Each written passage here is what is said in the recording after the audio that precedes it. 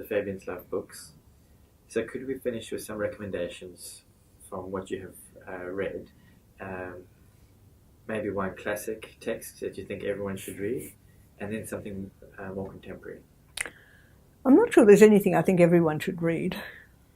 Maybe 1984, just to remember the fact that things can go wrong. But the two books that I suppose I would recommend as influencing me in terms of my broader perspectives, one was reading Simone de Beauvoir's Second Sex, where she makes it really clear that the problem women have is being defined by others. That in a sense, as the second sex, we don't have control. We obey the rules of the first sex, of the other, of the male. And that concept really sticks in my mind and has stuck in my mind as one of the powerful ways of interpreting not only the women's stuff, but Indigenous stuff. Any art group becomes to some degree tied to the dominant group, becomes the other, becomes the outsider, becomes the pariah. And until we actually deal with that othering relationship, we will always be the out group. So trying to move away from the dominance of any particular group, whether it be economic, whether it be racial, whether it be religious, whether it be social, is a really important part of creating the sort of change I want of a society where we can live comfortably in our diversities.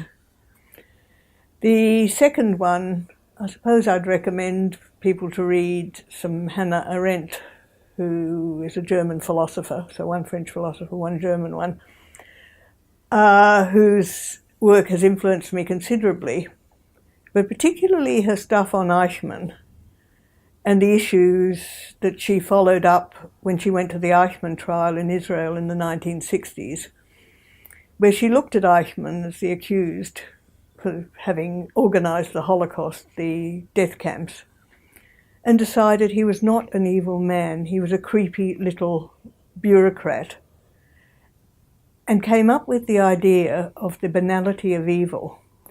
Now, the importance of the banality of evil is what Hannah Arendt said because of her experiences at Eichmann, and also a considerable look at what had happened and how Europe had turned against the Jews and what had gone on inside the death camps, that ordinary people are capable of evil deeds.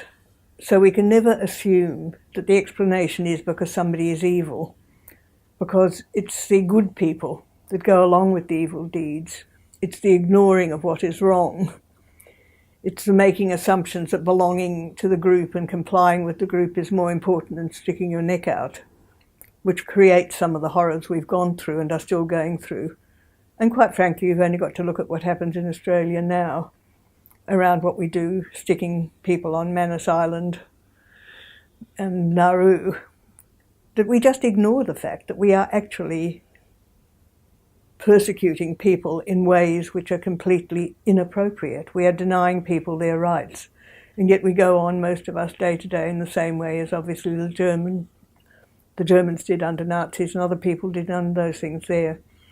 So I think that concept of reading about and understanding the banality of evil puts upon us the responsibility for all of us to make the changes to the world that we don't like, to create a better world and to become an activist, not to sit back and say it's got nothing to